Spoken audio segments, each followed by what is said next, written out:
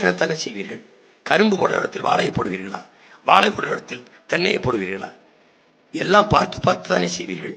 பொண்ணு வாக்க போனால் நல்ல பொண்ணு, மாப்பிள்ளை பார்க்க போனால் நல்ல மாப்பிள்ளை, சாப்பிட போனால் நல்ல சாப்பாடு, சட்டை வாங்க போனால் நல்ல சாப்பாடு, செல்போன் வாங்க போனால் நல்ல செல்போன், கார் வாங்க போனால் நல்ல கார், எல்லாவற்றிலும் நல்லது நல்லது நல்லது.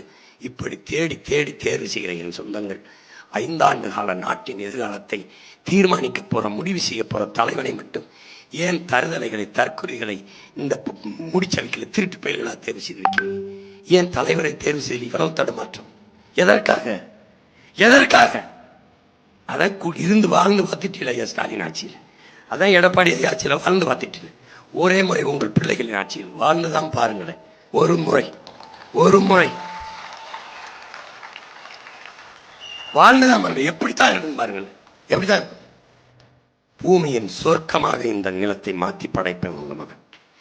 சின்ன முளை, நிறைய வேலை, கோடி கனவு கொண்டோம், கூடி நிறைவேற்ற ஓடி வாருங்களின் சொந்தங்களை என்று கைவிரித்து வருகிறோம். ஓட்டுக்காக அல்ல, இந்த நாட்டுக்காக, வாக்குக்காக அல்ல, உங்கள் எதிர்கால வாழ்க்கைக்காக.